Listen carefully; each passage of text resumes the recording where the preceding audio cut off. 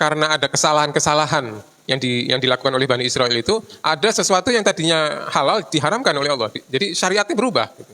Dan itu bukan berarti ketika syariat berubah itu agamanya berubah. Agamanya tetap dari zaman Nabi Adam sampai Nabi Muhammad itu Islam gitu. Tapi syariatnya berubah-berubah itu bukan berarti agamanya berubah. Gitu. Ayat kita ini kan ada yang agak kesulitan menghubungkan dengan ayat-ayat sebelumnya karena agak seperti berpindah topik, tapi sebenarnya masih nyambung sebenarnya. Ini kan konteksnya Bani Israel ini ketika dijelaskan oleh Rasulullah tentang Islam, banyak berkelit dan banyak mengatakan bahwa apa yang dibawa oleh Nabi Muhammad ini sesuatu yang berbeda dengan apa yang diterima oleh mereka oleh Nabi mereka, gitu, Nabi Musa atau Nabi Isa. Padahal mereka ini sebenarnya banyak mengubah-ubah, termasuk yang sebelumnya mengatakan bahwa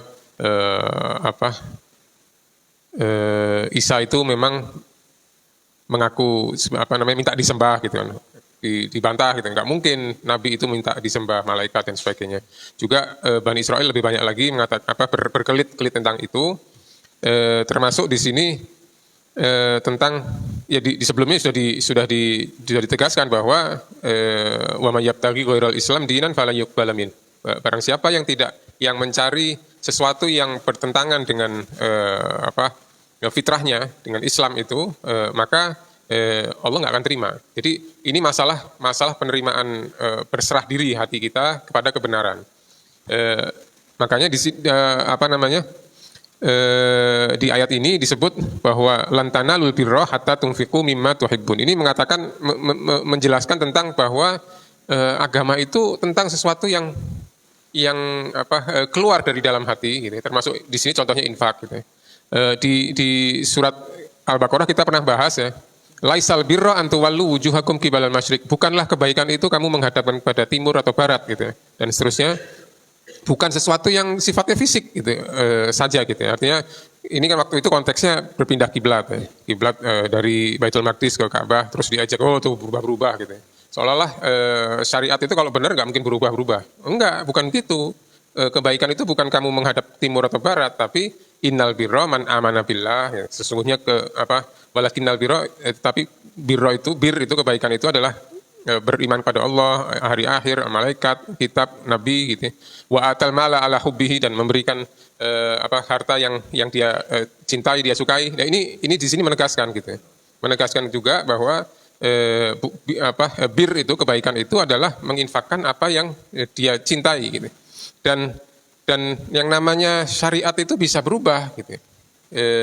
Tadi yang di Al-Baqarah tentang perubahan kiblat, di sini disebutkan tentang makanan, bahwa Nabi Yakub mensyariatkan untuk dirinya, mengharamkan beberapa makanan untuk dirinya, gitu ya, yang sebelumnya tidak diharamkan, gitu. Makanya di sini coba lihat kalau memang ada makanan-makanan yang diharamkan oleh Israel itu, coba lihat di Taurat ada nggak itu yang mengharamkan dan seterusnya. Mereka ini kan juga mengklaim bahwa mereka ini mengikuti ajaran Nabi Ibrahim. Di sini ditantang, coba lihat gitu. Di ajaran Nabi Ibrahim seperti apa. Dan di dalam masa syariatnya Nabi Musa, karena ada kesalahan-kesalahan yang dilakukan oleh Bani Israel itu, ada sesuatu yang tadinya halal diharamkan oleh Allah. Jadi syariatnya berubah. Gitu.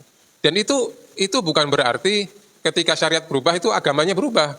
Agamanya tetap dari zaman Nabi Adam sampai Nabi Muhammad itu Islam, gitu. Tapi syariatnya berubah-berubah itu bukan berarti agamanya berubah, gitu.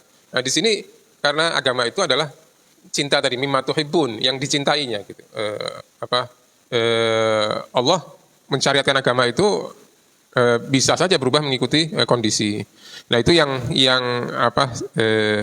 benang merahnya ya. Jadi yang ditegaskan di sini seperti itu. Nah itu yang penting ya. Kemudian yang ayat 92 ini ya, lantanul birro ini kan ketika turun ayat ini banyak sahabat yang kemudian terdorong untuk berlomba-lomba untuk memberikan harta yang terbaiknya gitu. Jadi dikira seperti itu. Termasuk tadi disebutkan Abu Thalhah ya, yang memberikan kebun yang terbaik. Gitu ya.